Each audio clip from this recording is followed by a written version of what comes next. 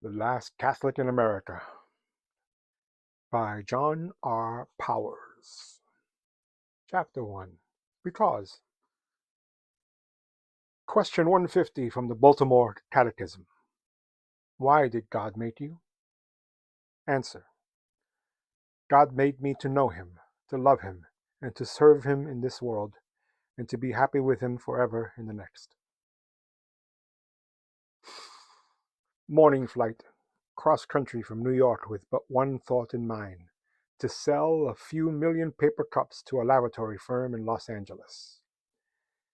Talking to the fellow next to me, a law student from Harvard University.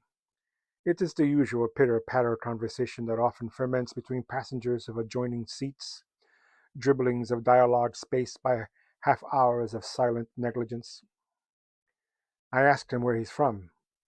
Pittsburgh, he replies. Oh, I say. That's all I can think of to say about Pittsburgh. Oh. But it's a type of inquiry that must be reciprocated. He complies somewhat blandly. And you? Chicago. Oh.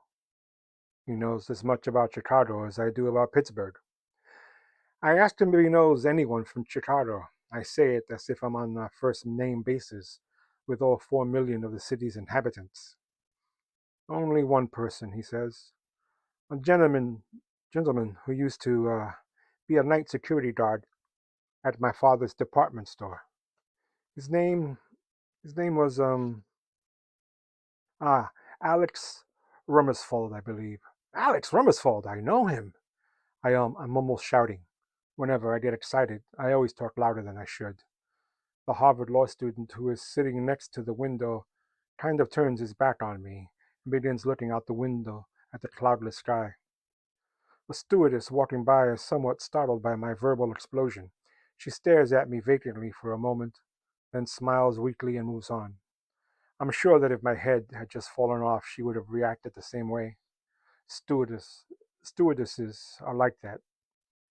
Alex Rummersfeld, I say quietly to myself.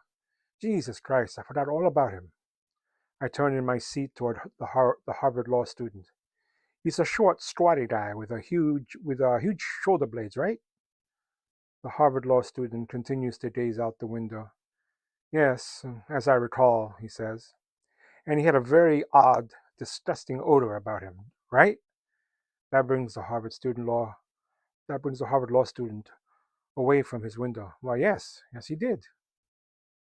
That's because he had overdeveloped armpits.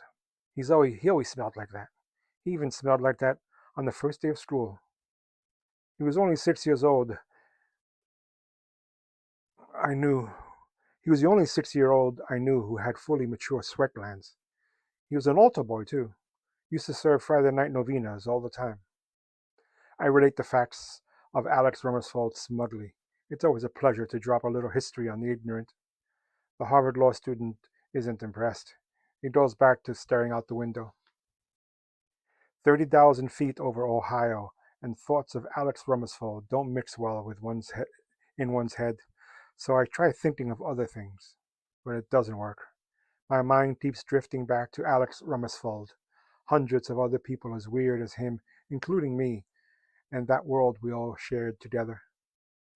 By the time the plane reaches Chicago for a stopover, I am more interested in tracing my umbilical cord back to its origin than in sticking some guy in Los Angeles with 2 million 4-ounce paper cups.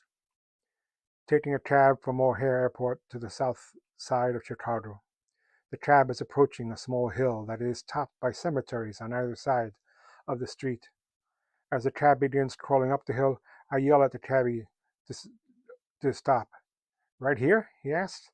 Right here, I said, handing him the fare. I climb out of the cab and begin walking up the remainder of the hill. I don't dare go into my old neighborhood in a cab. In all the years I lived there, I never once saw a cab on one of its streets. It was a good day to be alive in Chicago. I've never been a big fan of Chicago's weather. The city's winters are unbelievably cold and piled with snow. Between the frigidity of the winter and the torrid heat of the summer are 2 days we call spring, but Chicago's autumns make up for all of it. They are cold days with clear complexions, flavored by crispy brown leaves and mellowed by a summer-age sun. Today is such a day. Looking through the wrought iron fence as I approach the top of the hill, grave markers and ground alike are speckled with leaves, many turned brown by the eons of summer. There are a few newly dug graves. One is so fresh that leaves have yet to fall upon it. An older friend of mine once told me that although you may live in many places, home will always be the one you grew up in. As I reach the top of the hill, I realize that he is right. Below me lies the main street of my old neighborhood. In a different neighborhood than most. If it's a different neighborhood than most, if for no other reason than the fact that more than half of its inhabitants are dead and have been for years. Although the neighborhood is legally part of Chicago, it is isolated from the rest of the city by grave markers and evergreens. The area is entirely surrounded by cemeteries, 7 of them to be exact. That neighborhood is named after the largest one of these cemeteries, Seven Holy Tombs. Seven Holy Tombs was originally a small town that was annexed into the city of Chicago sometime during the 20s. The founder of Seven Holy Tombs was supposedly a gravedigger, but it wasn't until the 1940s and the early 50s that the area really began to grow. The men who came to Seven Holy Tombs were those who had fought and won World War II and who had used the GI Bill to buy their homes. Their wives were the girls who had spent a few years after high school working for the telephone company and were now content to grind out the rest of their existence as mothers and housewives.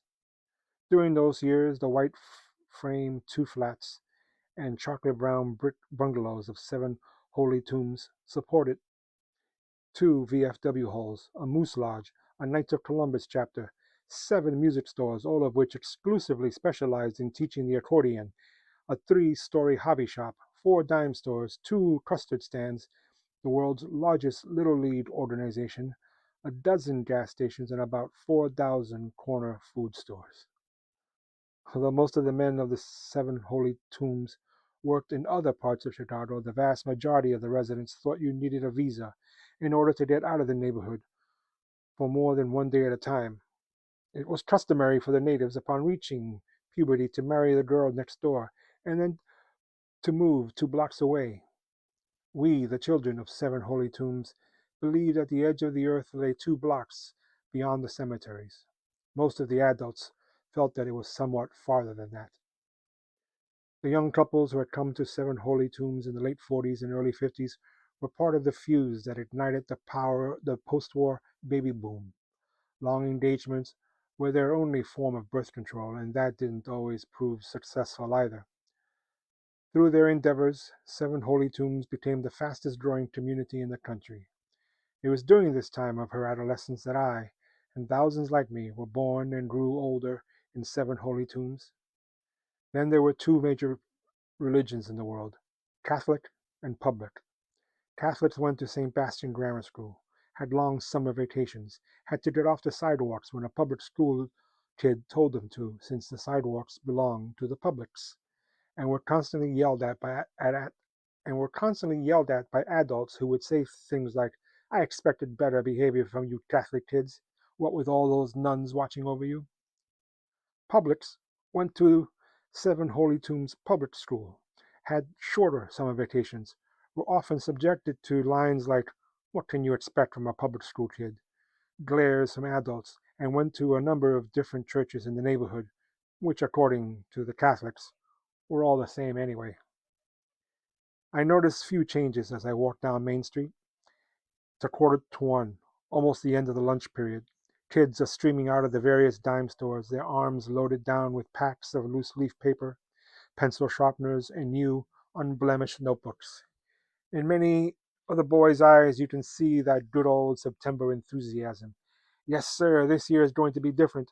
I'm going to do all my homework every day as soon as I get home from school. And no goofing around either. This is the year I show them what kind of student I can really be." Such enthusiasm inevitably dies within 2 weeks of the current campaign.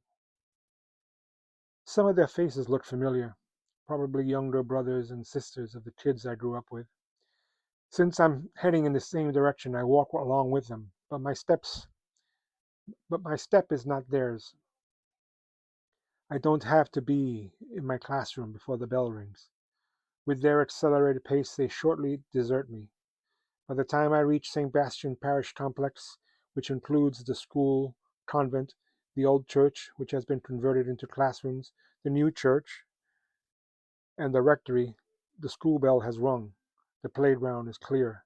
The streets are no longer soaked with the sound. Directly across from St. Bastian is the neighborhood's major park, named quite appropriately Seven Holy Tombs Park. Being a baseball fanatic, I spent a good deal of my youth chasing grounders and fly balls, most of which evaded me, across its various diamonds. With the kids in school, the park is virtually empty, except for an occasional young mother pushing a baby carriage and a few old men cluttering up some of the park benches. I get a long drink of water from the fountain, then pick out an empty bench that overlooks the park, resting my arms along the back of the bench and stretching my crossed legs, getting all the wrinkles out, relaxing while my body saturates the easy breathing of Seven Holy Tombs, thinking.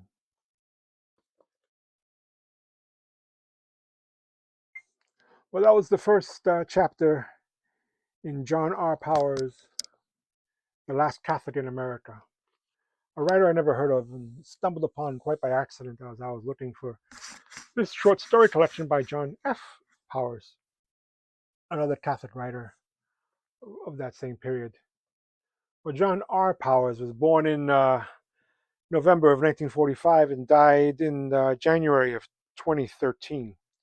He's known as an American novelist and playwright, known for his semi autobiographical fiction about growing up Catholic in the mid 20th century Chicago. Um, this one, The Last Catholic in America, is the first book in his Eddie Ryan trilogy.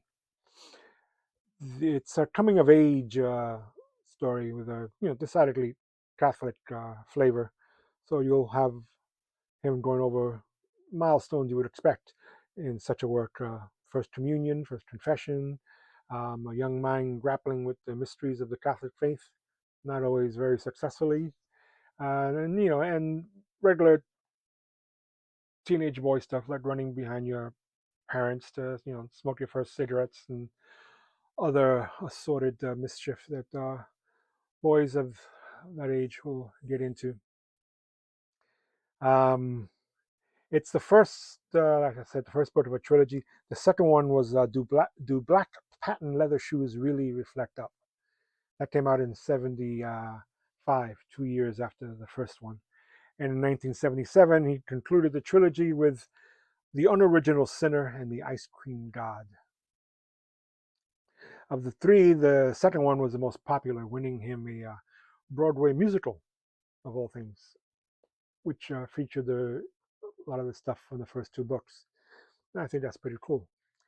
He also wrote for television, winning himself two Emmys, one in '84 and one in 1988, back when the Emmys still meant something.